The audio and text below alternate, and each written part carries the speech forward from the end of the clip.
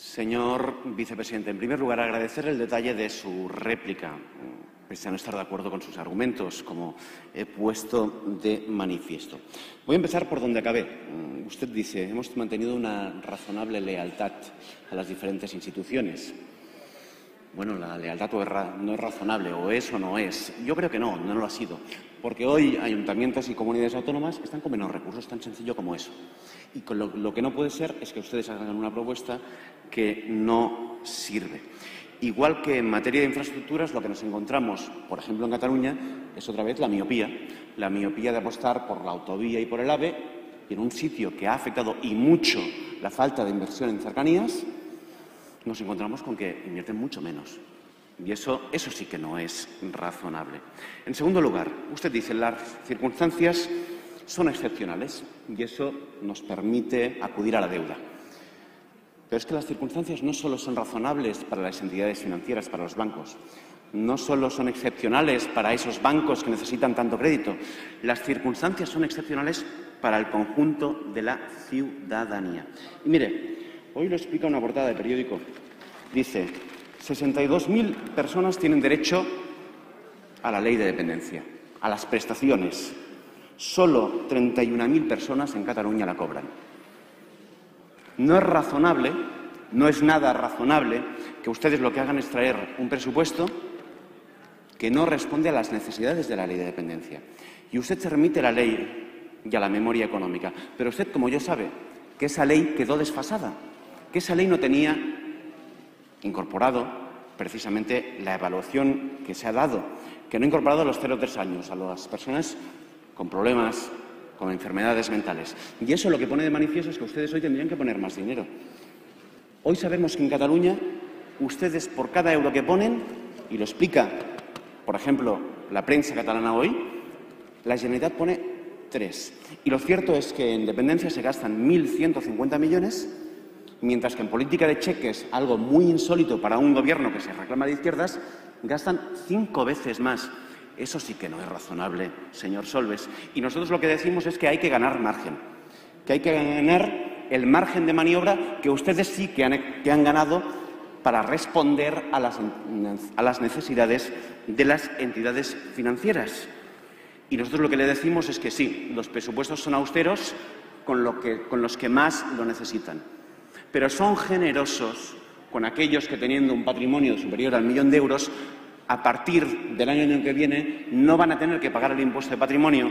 Son cicateros en la ley de dependencia, pero son generosos con el cheque de 400 euros que cobra tanto la persona necesitada como el señor Botín. Y eso no es ni progresista, ni de izquierdas, ni mucho menos razonable. Además, son presupuestos, y le insisto, que no abordan el cambio de modelo. ¿Usted cree que es razonable que en un país que es ineficiente desde el punto de vista energético, el Instituto para la Diversificación y el Ahorro Energético en los proyectos de inversión se disminuya hasta un 24%? ¿Es razonable que en los programas de rehabilitación energética de edificios, que podría ser un plan de choque para evitar la caída en el sector de la construcción y que permitiese en el país que más viviendas ha construido en los últimos años poder afrontar precisamente la reconversión energética de nuestros edificios, ustedes ni hayan escuchado nuestra propuesta? ¿Es sensibilidad que hayan incumplido lo que pactaron con nosotros a la hora de abordar una fiscalidad ambiental que nunca han querido abordar y que hoy seamos un país tan ineficiente? Usted sabe que después de la crisis de las nuevas tecnologías en Estados Unidos, la Reserva Federal hizo una apuesta por el sector inmobiliario. En España se viene haciendo apuesta por el sector inmobiliario desde siempre, gobierno del Partido Popular y después ustedes. ¿No sería aconsejable que hoy, en estos presupuestos, que tendrían que ser claramente expansivos, se hiciese una apuesta, por ejemplo, por las renovables, que ustedes no hacen? Pues no lo hacen. Acabo ya, señora presidenta, con una última reflexión. El Gobierno, la legislatura pasada, basó parte de sus apoyos en mayorías de izquierdas. También nuestro apoyo.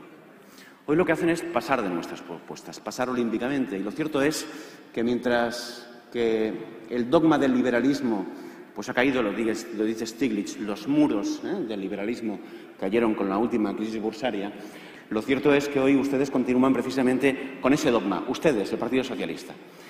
Y lo lamentable es que, ante las políticas que le reclaman, que aparquen el déficit, que aborden la deuda, que incorporen políticas realmente expansivas, ustedes continúan con las mismas. Hoy he dado una cifra paradójica.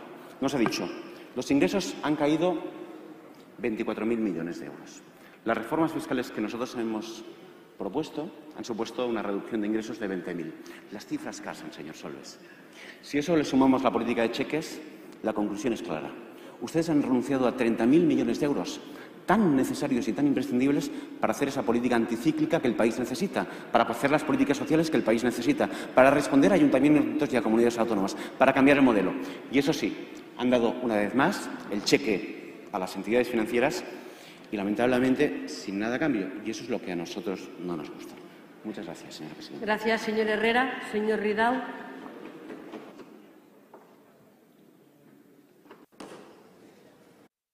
Izquierda Unida, Iniciativa Catalunya Verds. Tiene en primer lugar la palabra el señor Herrera.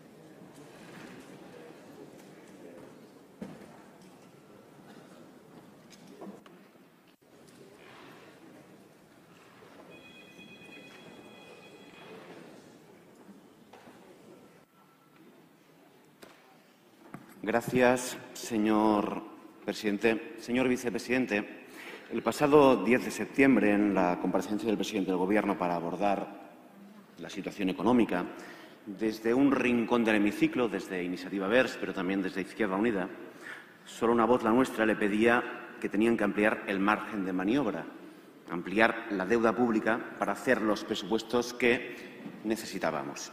El 10 de septiembre sabíamos que el paro se estaba disparando, que la crisis afectaba a los más débiles, que los movimientos financieros afectarían a una economía como la nuestra, fuertemente endeudada.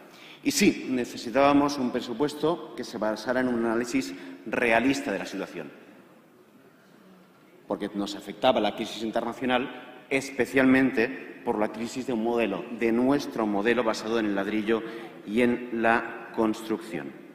Queríamos una coherencia mínimamente progresista, que se aparcase el populismo del cheque, que se aparcasen las improvisaciones, que nos orientásemos a la ampliación de derechos, y el objetivo no era otro que tener los recursos suficientes para un presupuesto anticíclico que permitiese encarar el necesario cambio de modelo.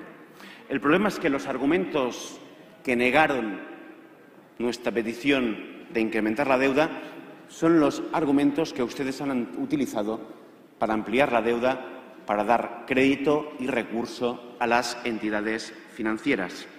Para justificar los créditos de la banca nos dijeron que el crédito es como el aceite para la economía, pero la exclusión, la pobreza, digamos que es como el cianuro para la democracia, y creemos que eso lo debería entender y asumir un Gobierno que se reclama de izquierdas. Hace medio año ganaron las elecciones apelando al voto de izquierdas y a fe que lo consiguieron. La pregunta es si hoy estos presupuestos responden a esa gente de izquierdas, y nosotros creemos que no.